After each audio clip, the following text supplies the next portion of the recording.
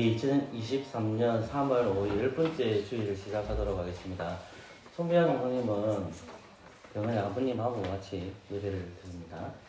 다 같이 시편 122편을 읽음으로 예배로 나아가도록 하겠습니다.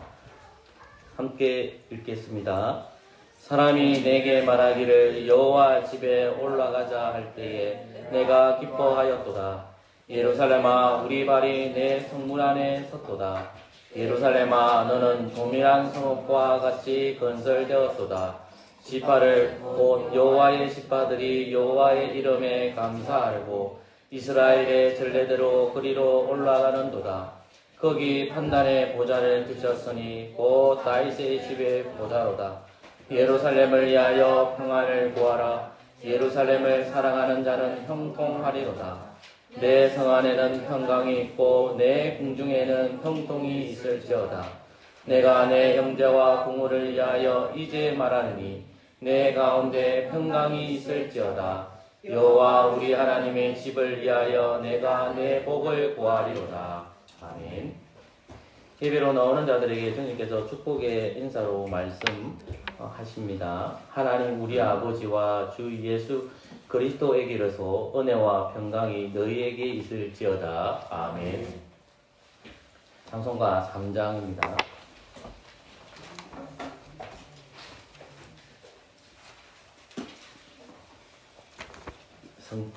3일 하나님을 찬양하겠습니다. 찬송가 3장입니다.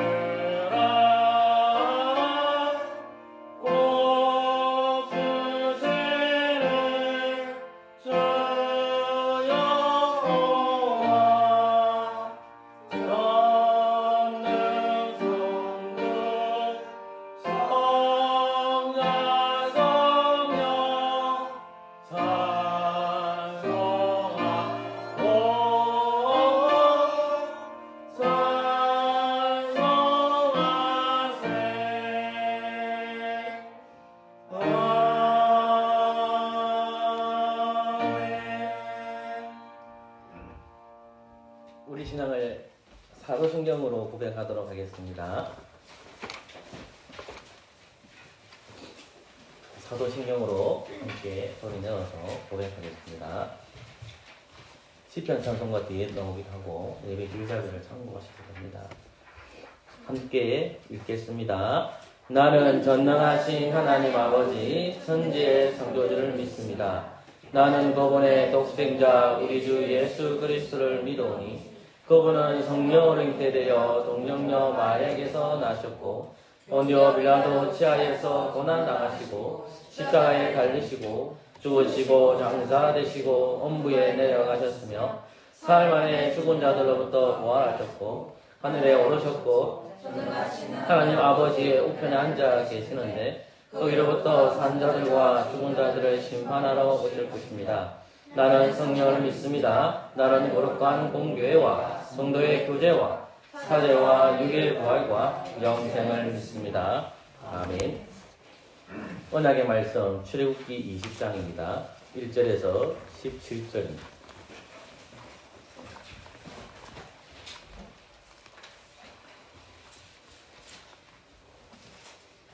한 절씩 교독하겠습니다.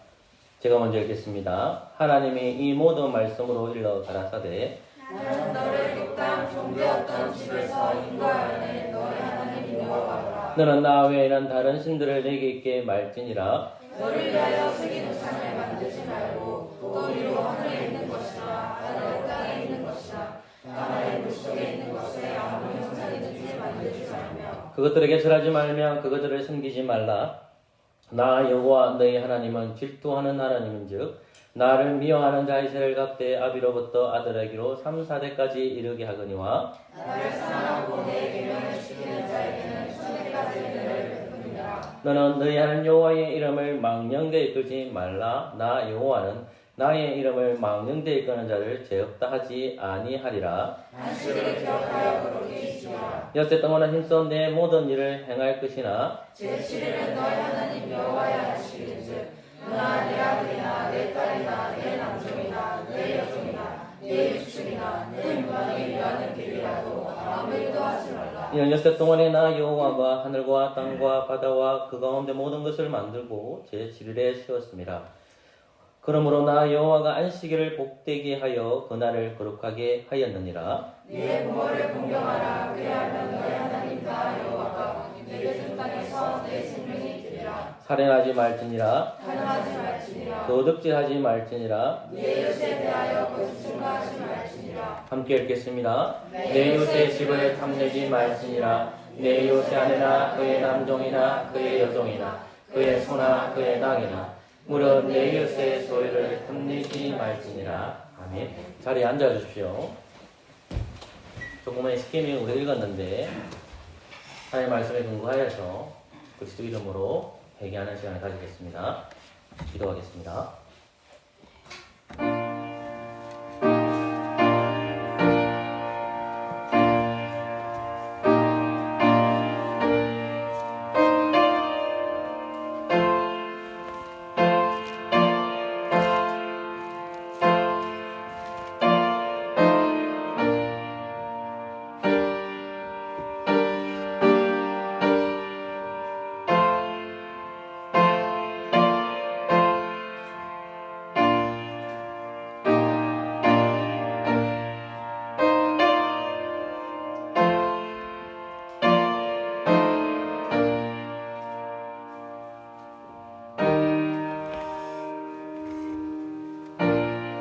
회개하는 저에게 주님께서 사절을 선포하십니다.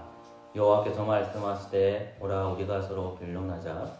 너희 죄가 종원 같을지라도 눈과 같이 희어질 것이요 진홍같이 붉을지라도 양털같이 되리라. 아멘. 오늘 말씀은 마태복음 21장 28절부터 46절까지입니다. 미안합니다. 찬송가 40장입니다.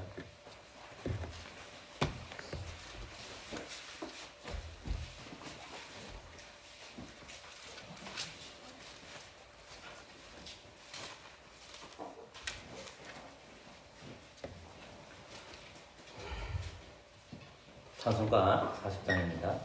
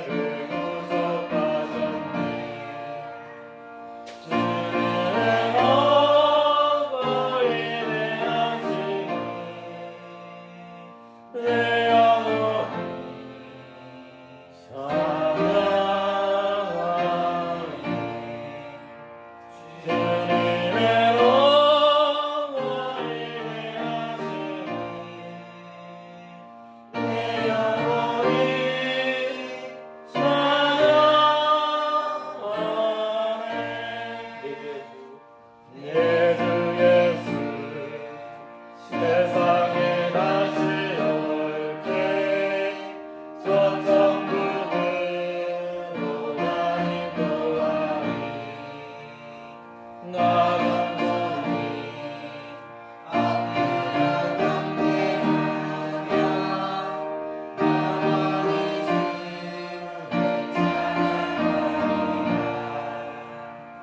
주님을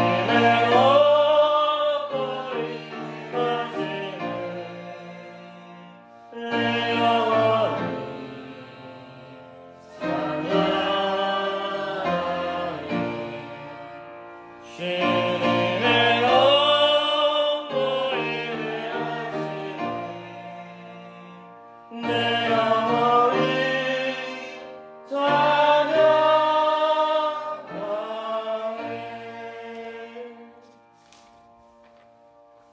예, 오늘 말씀은 마태복음 21장입니다.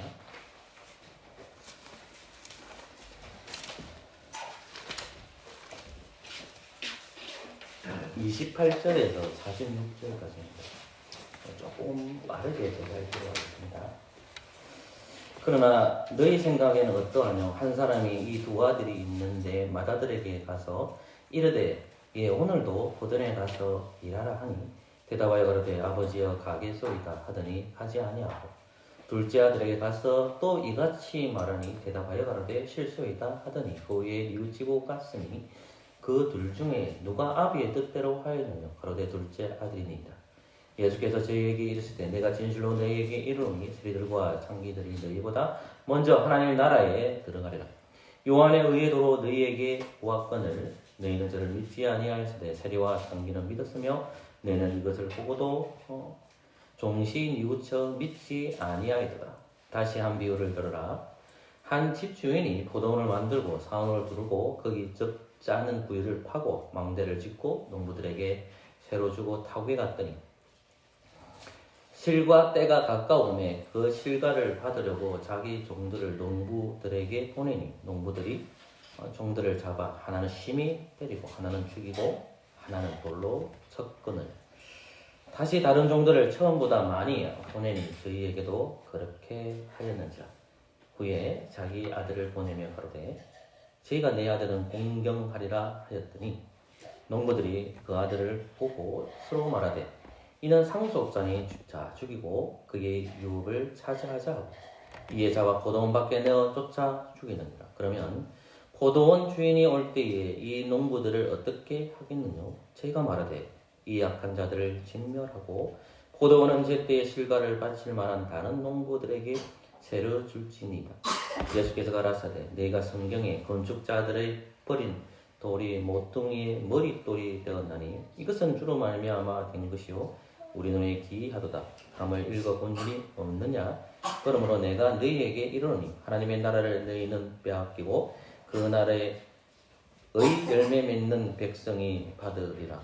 이 도리에 떨어지는 자는 깨어지겠고 이 돌이 사람 위에서 떨어지면 저를 가루로 만들어 퍼뜨리라 하시니 대제사장과 바리새인들이 예수의 비유를 듣고 자기들을 가리켜 말씀하는 줄 알고 잡고자 하니 우리를 무수하니 이는 저희가 예수를 선지자로 알미었더라. 아멘.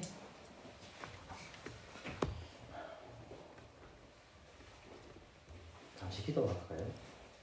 제가 기도했죠. 요즘 왜 이렇게 가르쳐? 오늘 말씀을 보면 두 비유가 나옵니다. 이제 집에 가서 곰곰이 이 두 말씀을 보시면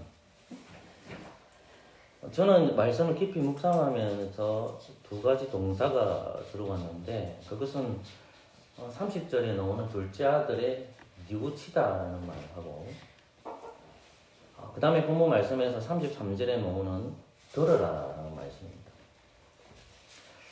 주님께서는 언약의 백성들 앞에서 특별히 그의 지도자들인 대제사장들과 이스라엘 장로들에게 이 말씀을 하고 있습니다.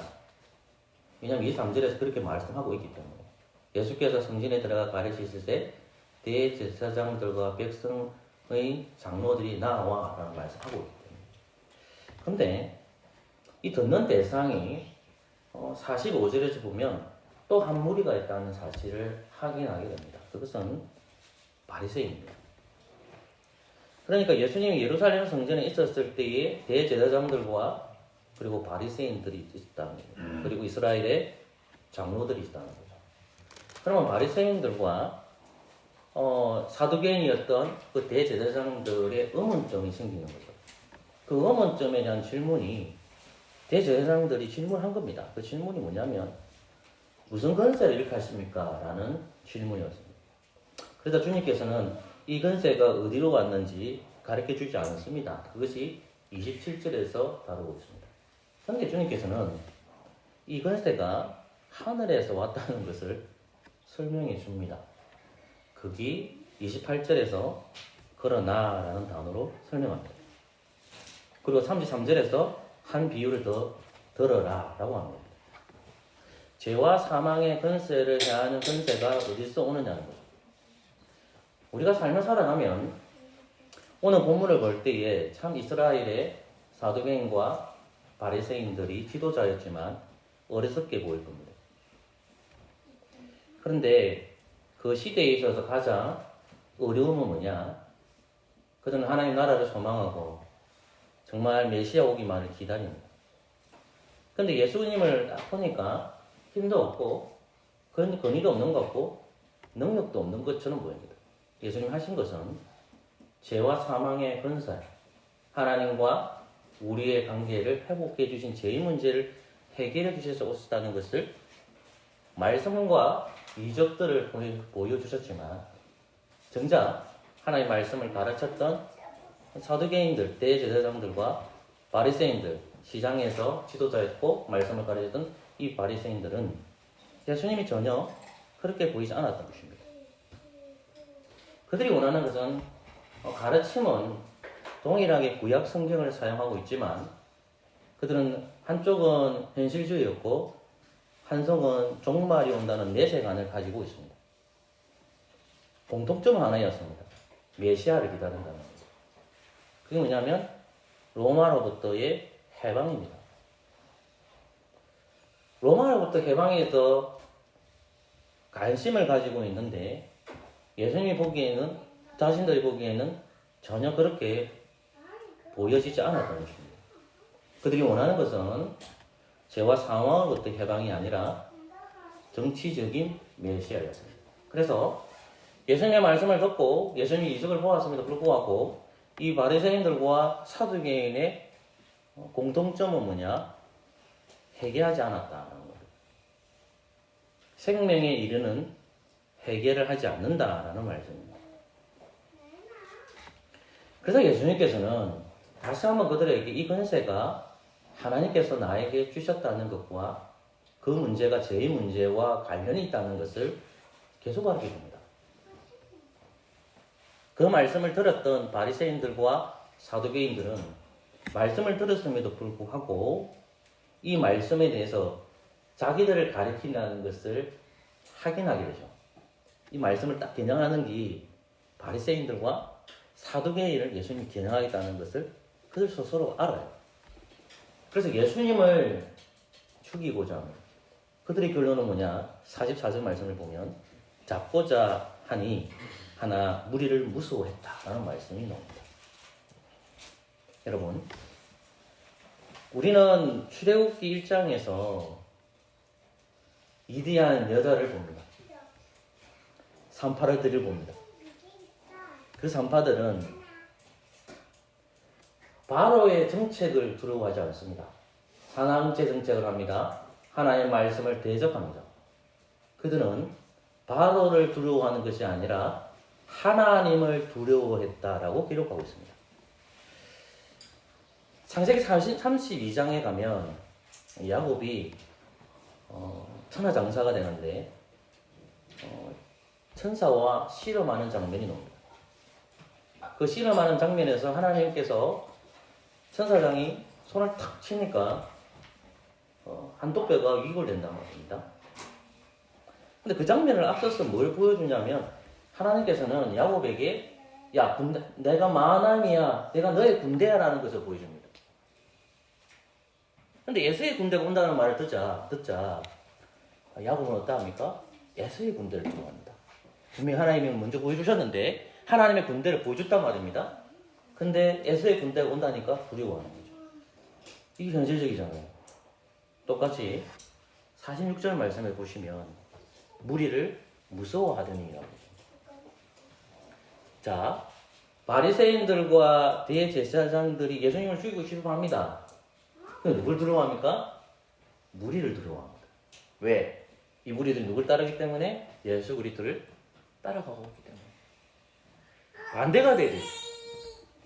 예수님의 말씀을 들으면서 그들이 그 예수님의 말씀을 경청하면서 그 말씀이 하나님의 말씀이라는 것을 받아들여야 되는데 오히려 예수님은 두려워하지 않습니다. 무리들을 두려워했다는 거예요. 오늘 이 말씀은 우리에게 주님께서 우리에게 계속 요구하시는 것이 있습니다. 그것은 뉘우침과 들으라라는 것입니다. 하늘의 권세를 아들에게 주셨습니다.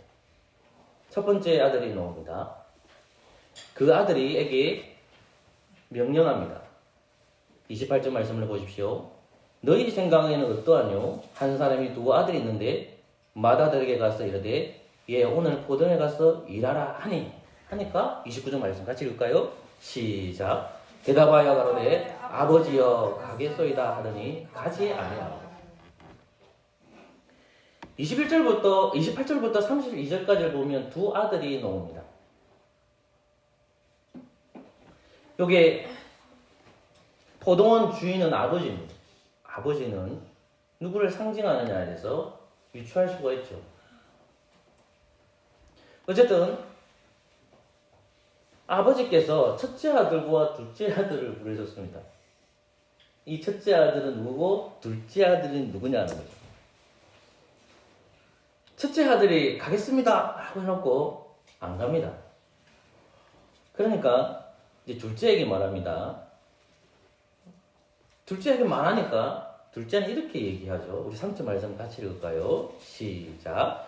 둘째 아들에게 가서 또 이같이 말하니 대답하되 쏘이다 하더니 그 후에 뉘우치고 갔으니.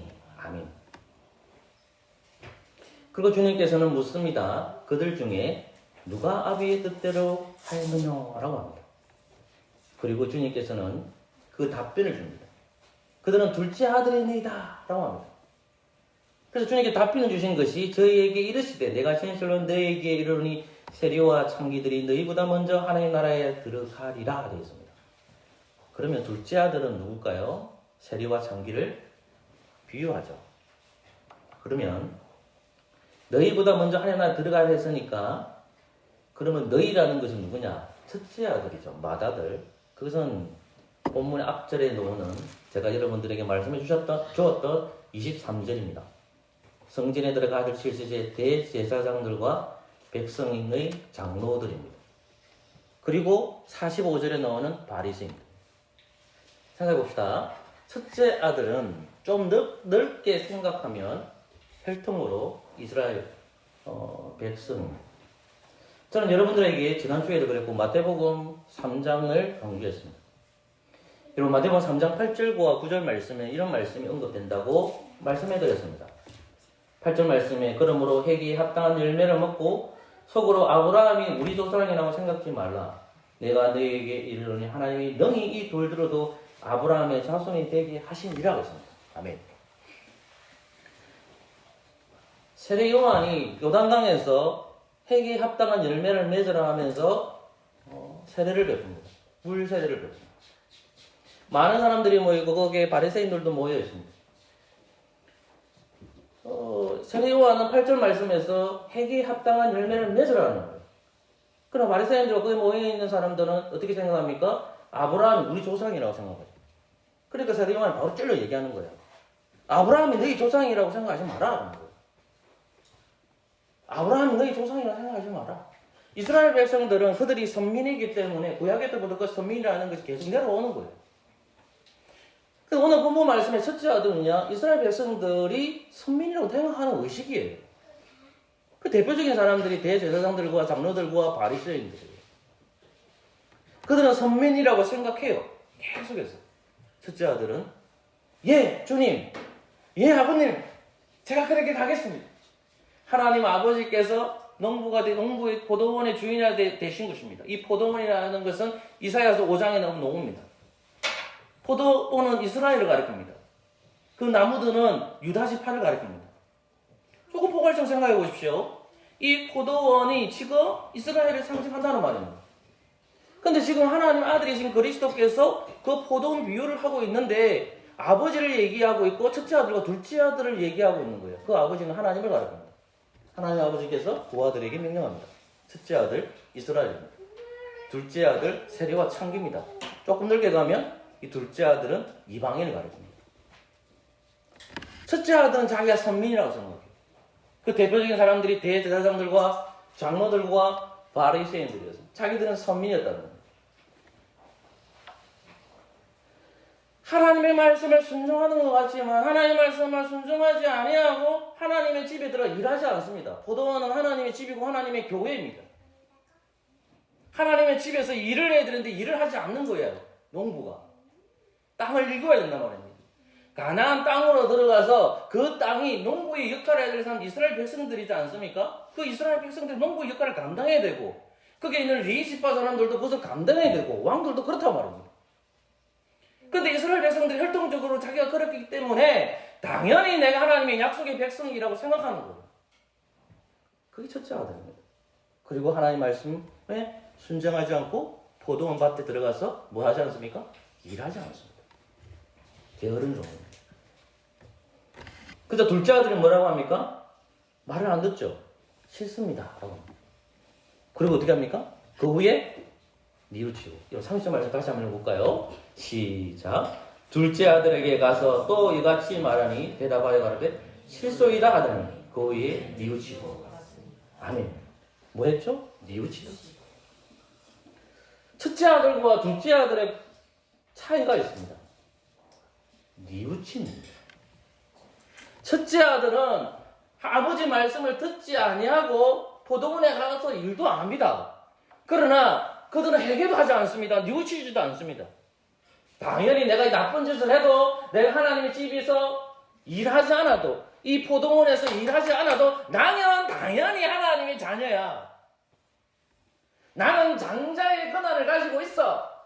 난 뉘우침 필요 없어. 회개 필요 없어. 나는 그냥 장자야. 얼마나 건방집니까? 둘째 아들은 어떻게 합니까? 처음에는 가기 싫어했습니다. 그 후에 어떻게 하죠? 갑니다. 오늘 본문 상황에서 이 둘째 아들이 누굴까요? 예수님은 분명하게 얘기해 줍니다. 그것은 세리와 창기들입니다.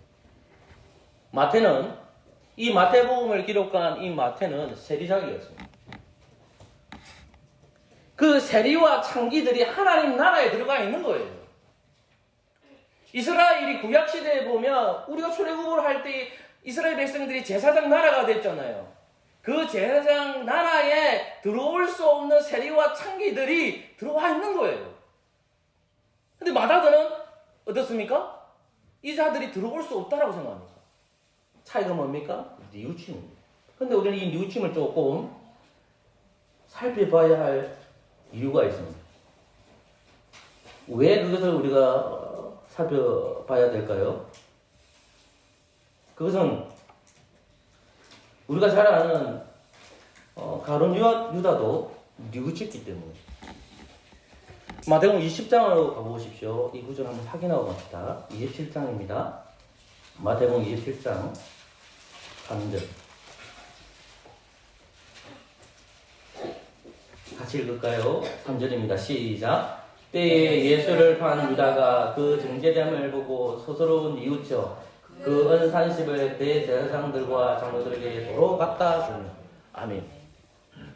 때에 예수를 판 유다가 그의 정죄됨을 보고 스스로 뉘우쳐 그 은산십을 대제사장들과 장로들에게 도로 갖다 주며 가로되 내가 무지한 피를 팔고 죄를 범하였도다 하니 저희가 그러되 그것이 우리에게 무슨 상관이냐 너가 당하다 하거늘 유다가 은을 성소에 던져놓고 물러가서 속수로 먹으며 죽었더라는 것이 결론입니다. 3절 말씀에 뭐가 나옵니까? 뉘우쳐 되었습니다. 뉘우쳤다는 말이에요. 오늘 본문 말씀에서 나와 있던 그 뉘우침은 뭡니까? 아, 내가 뉘우쳤어? 내가 진짜 죄에서 돌이켰어? 자기 스스로 생각하고 있는 겁니까? 거기서 멈추지 않죠. 누구에게 가는 겁니까? 하나님 곁으로 나아가는 거예요. 그럼 하나님 곁으로 나아가는 게 어디입니까? 포도원으로 가야 되는 거예요. 행동에 있죠. 가룟 유다는 하나님 곁으로 나아가지 않습니다. 진정한 포도원에 있는 하나님께서 정하신 그 장소로 나아가지 않는 것입니다. 행동을 발에 옮기지 않았어요. 첫째 아들은 회개가 없었습니다. 둘째 아들은 자신의 죄에서 돌이켰고 하나님 앞에서 회개했다는 것입니다. 이것이 중요합니다. 내가 반성합니다. 내가 회개합니다. 말로는 이렇게 열심히 얘기하잖아요. 근데 둘째 아들은 어떻게 했습니까? 포도원으로 들어갔다는 거예요. 내 죄를 회개하고 아버지께서 명령하시는 그 포도원에 가서 일하고 있다는 말씀입니다. 그것이 첫째 아들과 둘째 아들의 차이입니다. 사랑하는 성도 여러분, 우리가 신앙생활 하면서 이 말씀은 우리에게 어떻게 적용이 될까요? 언약의 백성으로 부르심을 받은 이 첫째 아들은 회개하지 않았고 둘째 아들은 저는 회개했다고 했습니다. 많은 사람들이 저는 주의 백성이다라고 합니다. 나는 주의 성도입니다. 나는 교회의 회원이다라고 얘기합니다. 그래, 나는 교회의 회원이고 주의 백성이고 거룩한 분인 성도이다 라고 믿습니다. 그럼 잠깐 생각해 보십시오. 우리가 하나님의 말씀을 듣고 성령의 음성을 듣고 계십니까? 내가 하나님 앞에서 이 세상을 살아갈 때에 정말 바르게 살아갑니까? 목사님들과 같이 공부할 때에 전도의 부분이 나왔습니다. 누구누구 목사님께서 무슨 전도 프로그램이 있어가지고 갔는데 우리 개혁주의를 지향하시는 목사님들은 전도 자체의 프로그램 가지를 않거든요. 저는 그걸 알거든요. 내가 왜 자꾸 안다고 하는지 압니까? 내가 그랬으니까. 하나님의 예정을 믿잖아요. 하나님의 예정 속에서 믿는 사람은 정해져 있기 때문에 이 개혁주의 신자들 가운데에 굳이 전도할 필요가 없잖아요. 하나님 일이 다 정해놨는데 말라고 가서 힘들게 전도하고 전합니까? 근데 생각해 보십시오. 저는 그 빌립 전도라는 방법이 있던데 이 전도의 방법을 다 모아놓고 짜집게 해가지고 그것을 너무나 확고하게 만들어 놨더라고요. 근데 그걸 12주 동안 훈련한다 하더라고요. 12주 동안 훈련센터 가요. 그거 가가지고 어떻게 되냐면 그 전도에 대해서 이론적인 것을 가르쳐줘요. 이론적인 것을 못 받아들이는 게 많아요, 여러분. 하고 어떻게 하냐면 학교에 가요, 그냥. 학교에 가서 한 명이라도 전도를 해야 돼요. 이름을 적어요. 그리고 둘째 날에 가면 또 오전에는 가르치고 밥 먹고 이제 어디를 가냐면 불교 있는 데를 가요. 가가지고 전도하는 거예요. 제가 드리고 싶은 말은 무슨 말인지 압니까? 가르치는 내용은 틀릴 수 있어요. 그렇게 가는 것이 저는 어떤 면에서는 합당하지 않을 수 있어요. 그럼 중요한 건 뭘까요? 우리는 개혁주의를 알고 있지만 전도를 갑니까? 우리 안 가잖아요. 그 사람들이 가지고 있는 신학적인 문제가 있어요. 근데 인정해요. 그거 맞는데. 그렇다면 우리가 알아야 될 게 있잖아요. 우리는 정작 그런 열심과 열정이 있냐는 거예요. 복음에 대한 열정. 그 복음에 대한 열정이 있냐는 말입니다. 아, 내 열심? 그럼 개혁주의는 항상 입대죠. 뭐가 그래요. 뭐가 그래요. 틀린 말 아닙니다. 다 맞아요. 하나도 안 틀린 게 없어. 다 맞아. 그런데 중요한 건 뭡니까? 그러면 정작 당신은 개혁주의를 가지고 있으면 그렇게 전도에 있어서 나아가서 전도하고 있냐고. 그 열정 있냐고. 뭐라고 얘기할 겁니까? 개혁주의 지향하는 목사님이 울산에 가서 강의를 했다고 합니다. 너무나도 잘하시는 구분 개혁주의 목회에서 성공한 사례이고 목회 정말 잘하시는 목사님이에요. 그런데 그쪽 울산 지역에 있는 저와 같이 공부하는 목사님 중에 그 교회는 주일학교 연합회에서 그 교회에서 있는데 그 교회에 왔었을 때에 그 목사님께서 하신 말씀이 뭐가 있냐면 개혁주의 투철하신 분입니다. 언약의 자녀를 가르치시는 부모가 신앙을 잘해서 아이들을 가르쳐주고 그 언약적 책임을 가지고 부모가 자녀를 가르쳐야 됩니다. 그걸 엄청 강조했어요. 근데 어떻게 합니까? 그 교회나 대부분 오시는 분들은 대부분 불신자들이 교회 많이 와요. 불신자의 부모들이 온 게 아니라 불신자의 아들이 교회에 출석하고 있는 거예요. 그래서 나한테 물어보는 거예요. 그러니까 제가 말하는 건 뭐냐면 원리적 원칙은 다 맞아요. 틀리지 않아요. 그러나 예외적인 경우에서는 어떻게 할까를 고민해 봐야 되는 거죠. 생명에 이르는 해결. 말로는 생명에 이르는 해결을 하잖아요. 그럼 한번 꽉 쥐고 생각해 보세요. 내가 진짜로 하나님 앞에 나왔어? 내 죄를 통회하면서 주님, 내가 잘못했습니다. 물어봤습니다. 하나님, 내가 정말 잘못했습니다. 내가 삶을 살아가면서 내가 돈 따라갔군요. 내가 출세를 따라갔군요. 내 자녀를 따라갔군요. 하면서 머리를 조아리면서 물어봤냐는 겁니다. 그게 생명의 일이라는 얘기죠. 하나님 앞에 나와서 주님께서 부르시는 이 포도원이 이제 교회지 않습니까? 이 교회에 하나님께서는 첫째 아들에게도 명령해주고 둘째 아들에게도 명령했는데 지금 세리와 창기들이 들어와 있고 그것이 이방인들에게 확장되는 거예요. 첫째와 둘째의 차이점이 뭡니까? 하나님의 말씀을 들었을 때에 회개하느냐는 겁니다. 주님은 이 비유에서 다음 비유로 넘어갑니다. 그 다음 비유로 넘어갔을 때 주님께서는 뭐라고 얘기하냐면 들어라. 첫 번째 비유에서는 들으라는 말이 없어요. 근데 두 번째 비유에서는 주님께서 뭐라고 얘기하냐면 들으라. 그러면서 그 비유의 두 번째 비유를 합니다. 똑같이 포도원이 나옵니다. 그 포도원에 주인이 있습니다. 그리고 농부들이 있습니다. 주인이 어디를 가야 되기 때문에 농부들에게 세를 주고 타국에 갔습니다. 그래서 때가 가까우니까 어떻게 합니까? 종들을 보냅니다. 여러분, 이 종들이 누굴까요? 우리는 그냥 종일 수도 있지만 이 종은 뭐냐면 하나님의 약속을 받은 선지자입니다. 하나님의 말씀을 들었던 그 선지자가 이스라엘에게 들어가는 겁니다. 생명에 이르는 해계가 있느냐 하실 때에 어떻게 합니까? 그 세를 받았다고 생각하니까 그 종들을 다 죽여버리잖아요. 인간의 완악성이잖아요. 인간이 얼마나 잔악한데요. 그래서 이제는 그 주인이 아들을 보냅니다. 주인은 하나님입니다. 아들은 그리스도이십니다. 그리스도를 그 아들마저 농부들이 어떻게 합니까? 죽여버리잖아요. 그리고 어딜 보냅니까? 언약 바깥으로 보내버리잖아요. 포도원이 있는데 포도원 바깥으로 보잖아요. 제가 본문을 안 찾아놨는데 지금 히브리서 말씀을 보면 예수님이 어디서 죽었느냐 했을 때 영문 밖에서 죽었다고 한다고 말합니다. 포도원 바깥에 죽었다는 말을 영문 바깥에서 죽었다라고 하는 거예요. 첫 시작이 뭐였습니까? 이 비유의 핵심이 뭐냐? 들으라라는 거예요. 여러분, 우리는 로마서 말씀을 보면 이 말씀이 나오지 않습니까? 로마서 10장으로 한번 가볼까요, 여러분?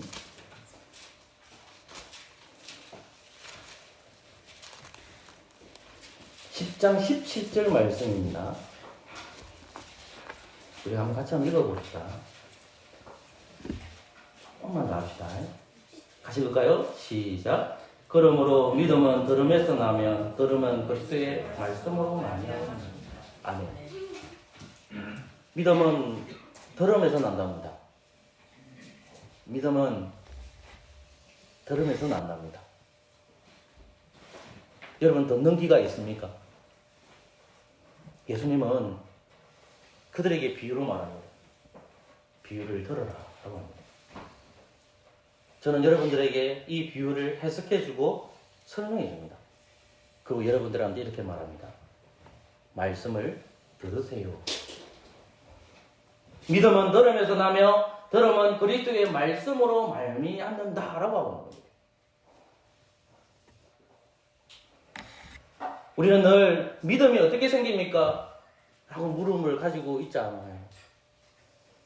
제가 여러분들에게 하나님의 말씀을 전할 때에 그 믿음을 일으키는 것은 하나님의 말씀을 통해서 일어납니다. 그리스도께서 가르쳐 주신 그 말씀이 전해질 때에 우리는 성령께서 활동하셔서 우리에게 믿음을 일어나게 합니다. 그런데 오늘 본문 말씀에서 보면 결국은 하나님의 아들이신 그리스도께서 죽는다는 것을 39절 말씀에서 가르쳐주고 있지 않습니까? 주님은 십자가에 매달려서 죽는다라는 것을 언급하고 있습니다. 사랑하는 성도 여러분, 그리고 나도 주님께서는 40절로 이어지는 겁니다. 여러분, 40절부터 말씀이 이제 결론으로 가는 것입니다. 40절 말씀을 같이 읽을까요? 시작. 그러면 포도원이 주인이 올 때에 이 동굴을 어떻게 하겠느냐? 여러분, 이 농부라고 했잖아요.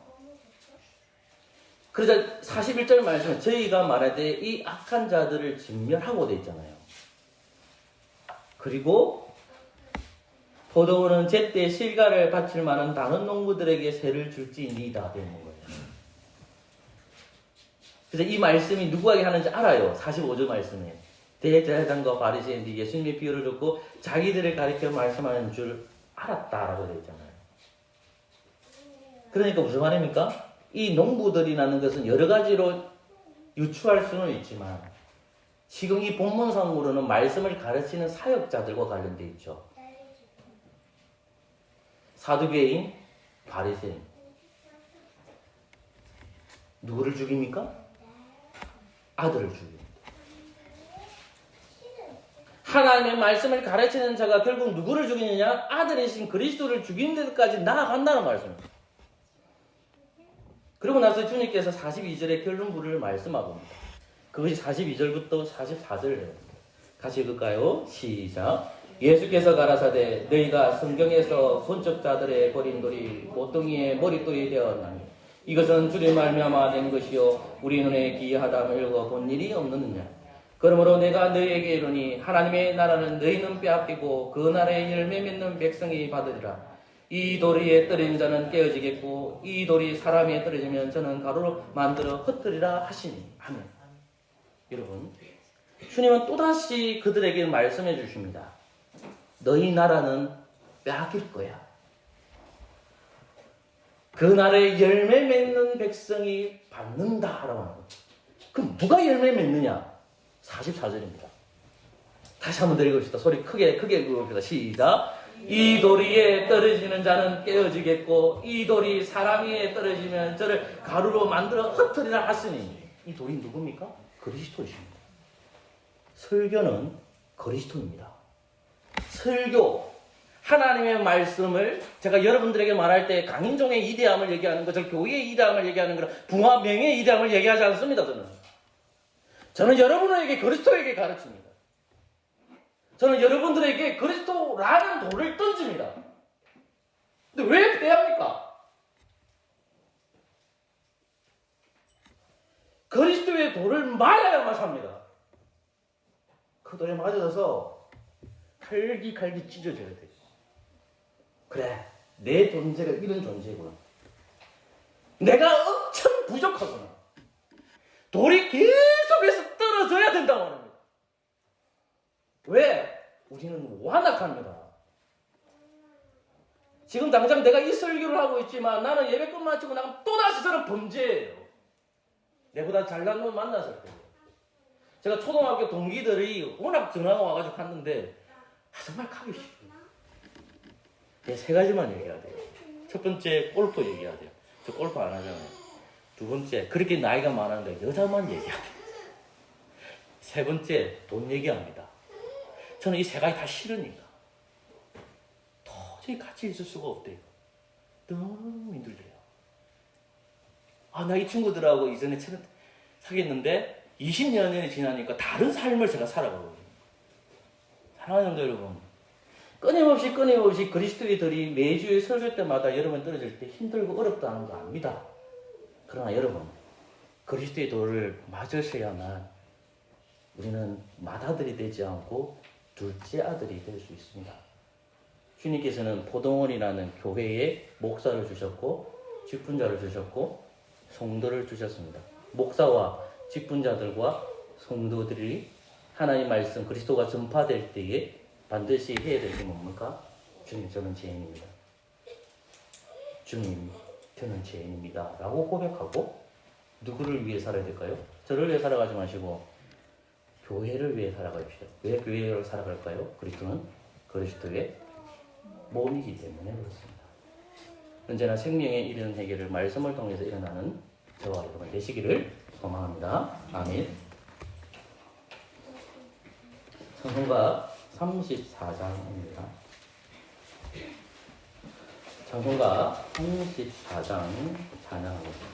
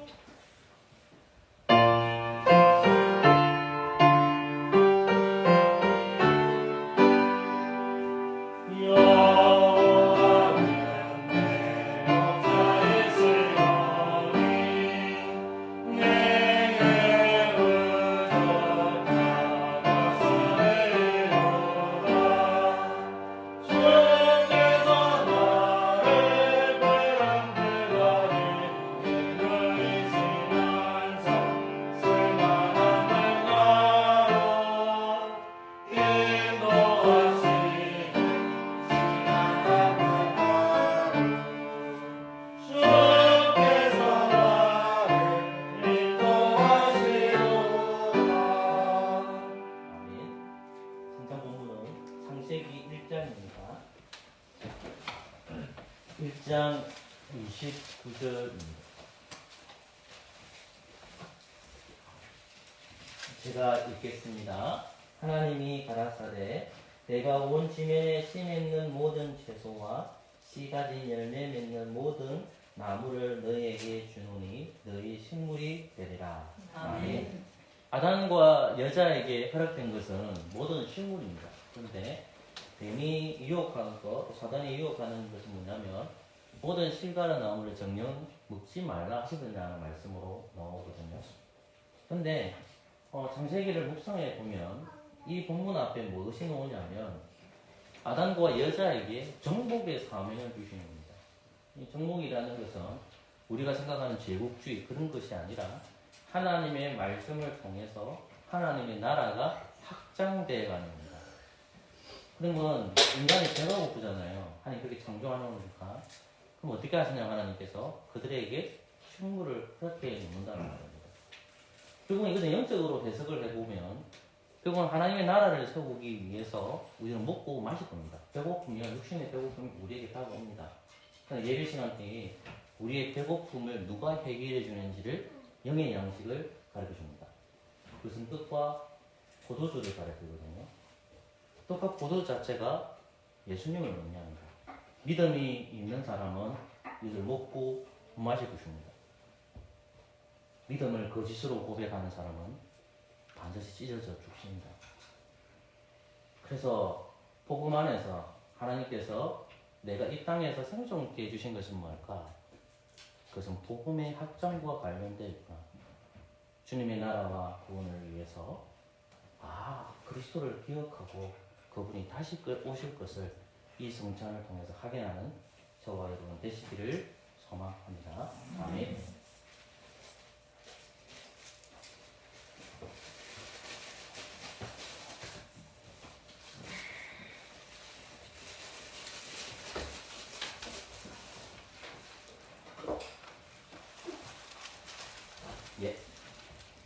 이 떡은 예수님의 몸입니다. 아멘.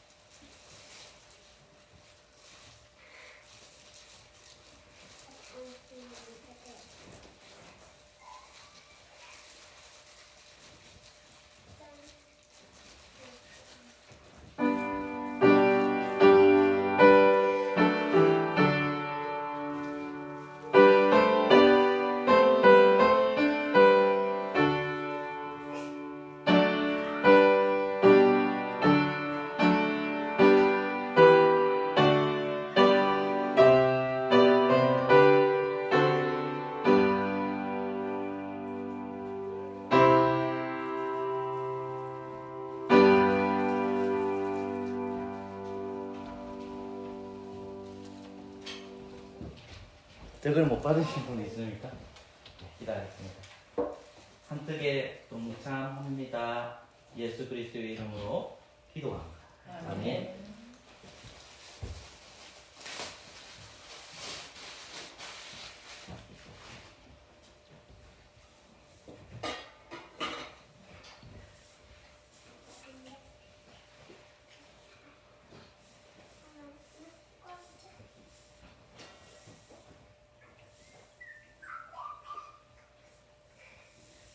이 포도주는 예수님의 피입니다. 아멘.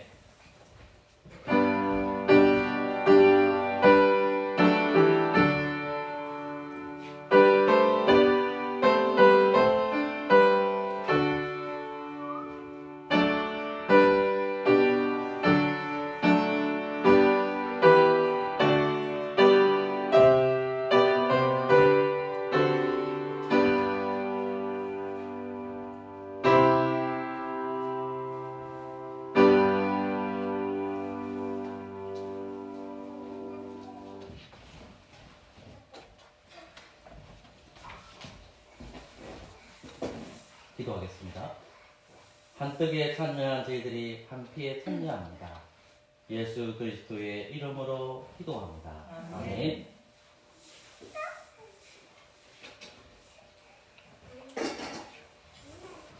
시편 23편 2절과 3절을 하심으로 준비하신 구제 운동하겠습니다.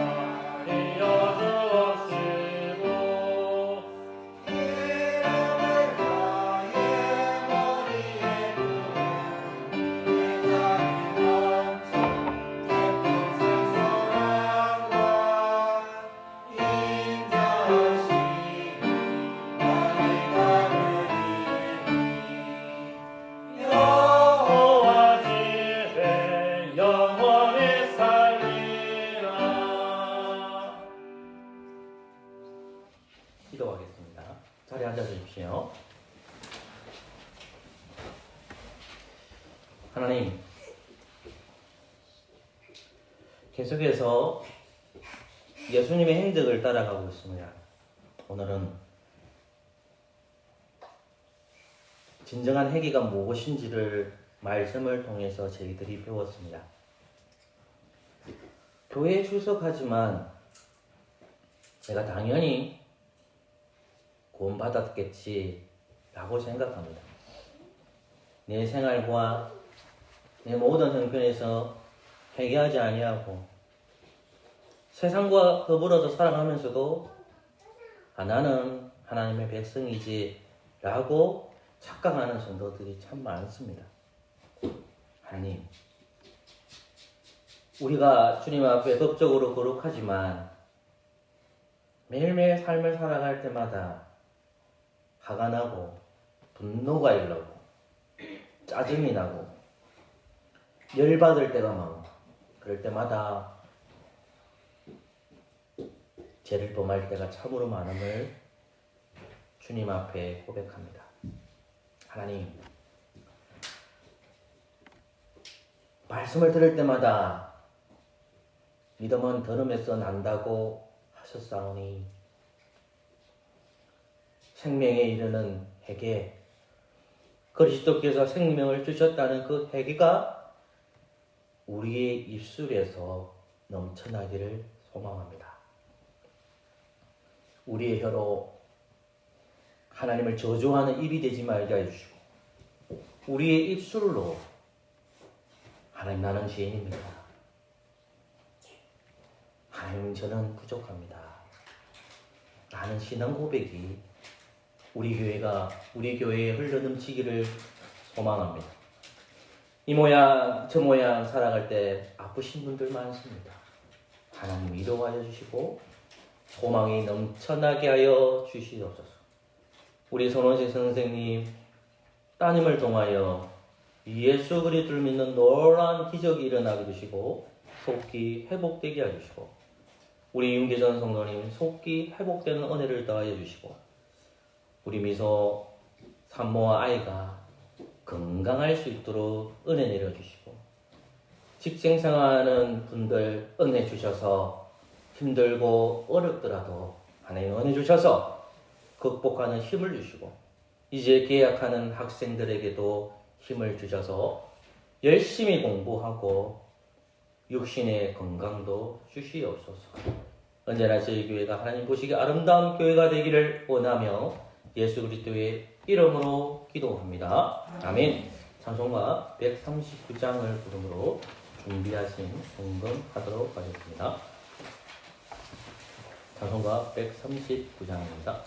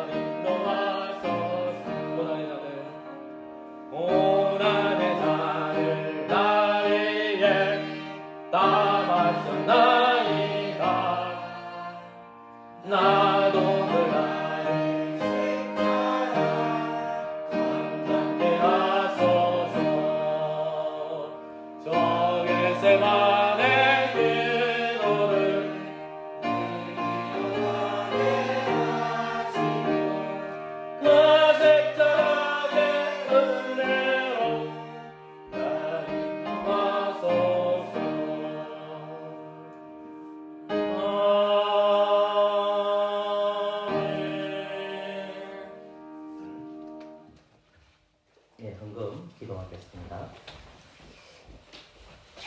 아버지 하나님, 감사합니다. 우리 마음과 우리 정성을 드립니다. 빈손으로 오지 아니하고 이 헌금을 주님 앞에 드리오니 받아주시고 우리에게 일용할 양식을 채워 주시옵소서. 삶이 여유롭지 못해서 빈손으로 오신 분도 있습니다. 아버지 하나님, 나의 몸도 드리고 마음도 드리고 모든 것을 들어오니 이것을 받아주시고 언제나 이 헌금이 하나님 뜻에 합당하게 사용될 수 있도록 은혜 베풀어 주시옵소서. 예수 그리스도의 이름으로 기도합니다. 아멘. 다 같이 일어나셔서 주님 다시 오실 때까지 찬양하겠습니다.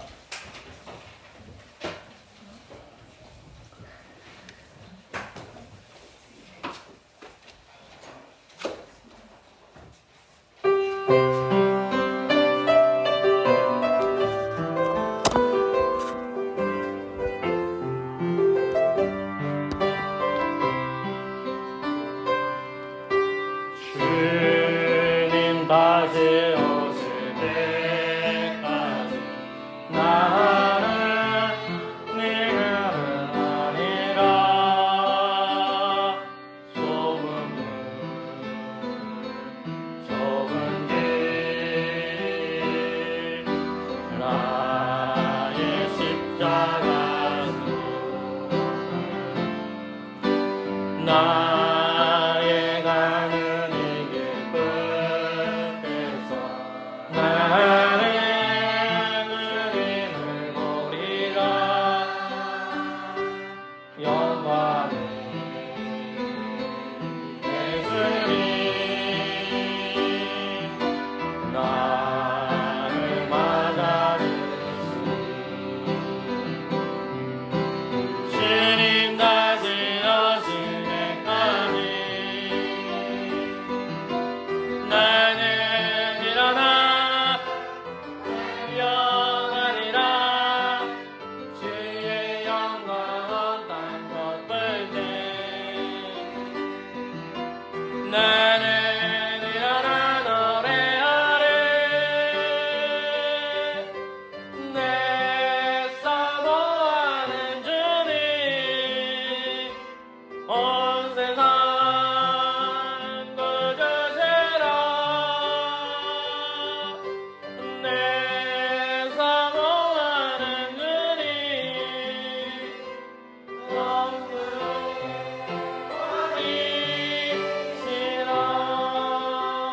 구주시라.